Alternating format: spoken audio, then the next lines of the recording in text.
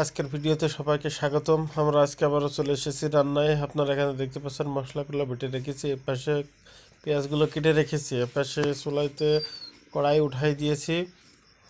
কড়াইতে প্রথমে তেল দিয়ে নিচ্ছি। তেলের গরম হয়ে গেছে, এখন কেটে রাখা পেঁয়াজগুলো দিয়ে নিচ্ছি। আমাদের ব্রয়লার মুরগির মাংস রান্না করবো, বেশ একটু ভিন্ন পদ্ধতিতে রান্না করার চেষ্টা করব, তবে সাধারণের ভিতরে কিছুটা ভিন্ন। প্রয়োজন মতো লবণ, হলুদ দিয়ে এই পেঁয়াজটা সুন্দর মতো ভেজে নেব। আমাদের এই মাংস রান্নার কোয়ালিটি প্রায় সবগুলোতে সেম মতোই মনে হয়। আপনারা এখানে দেখতে পাচ্ছেন যে পেঁয়াজটা কিন্তু আমাদের ভাজা চলছে।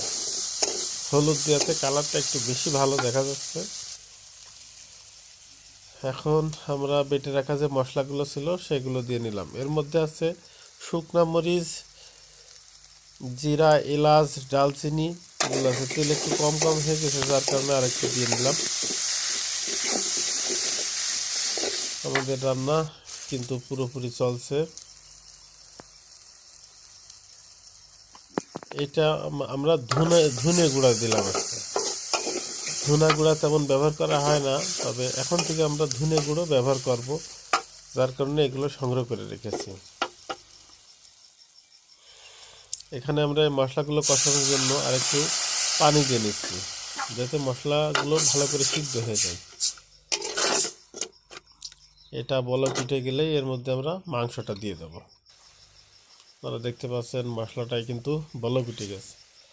এখন আমাদের ওয়াশ করে রাখা মাংসটা মশলার মধ্যে দিয়ে দিলাম।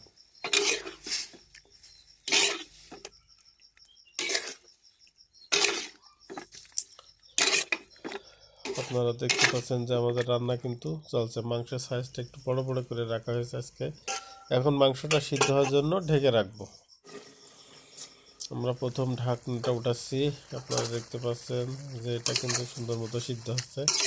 আমরা প্রথম পর্যায়ে কষানোর যে কাজটা ছিল সেটা করা চলছে। আমাদের আজকে রান্না করতে বেশি সময় লাগবে না আশা করছি। আবারও ঢেকে রাখি কিছুক্ষণের জন্য, আবারও উঠালাম। এই পানিটা একেবারে শুকায়ে ফেলবো সিদ্ধ হওয়ার জন্য। আবার ঢেকে রেখে উঠাই। এবার দেখছি যে পানিটা প্রায় শুকায়ে এসেছে। এখন এই মাংসটা কিছুটা নাড়াচাড়া করে একটু ভাজা ভাজা মতো করে নেব। আপনারা দেখতে পাচ্ছেন যে আমাদের রান্নার কার্যক্রম কিন্তু পুরোপুরি চলছে। এখন আমাদের মাংসটা কষানো হয়ে গেছে। এখন আমরা ঝোলের যে পানিটা সে পানিটা দিয়ে নেব।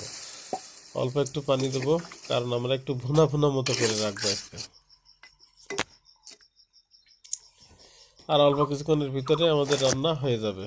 আমাদের রান্নার বলক উঠে গেছে। এই পাশে আমরা জিরেটা ভেজে নিয়েছি। জিরে গুঁড়াটা এখন আমরা দিয়ে নিচ্ছি, মানে জিরে গুঁড়ো করে রাখছিলাম সেটা এখন দিয়ে নিচ্ছি। আমাদের রান্না শেষ। আমাদের সাথে থাকার জন্য সকলকে ধন্যবাদ।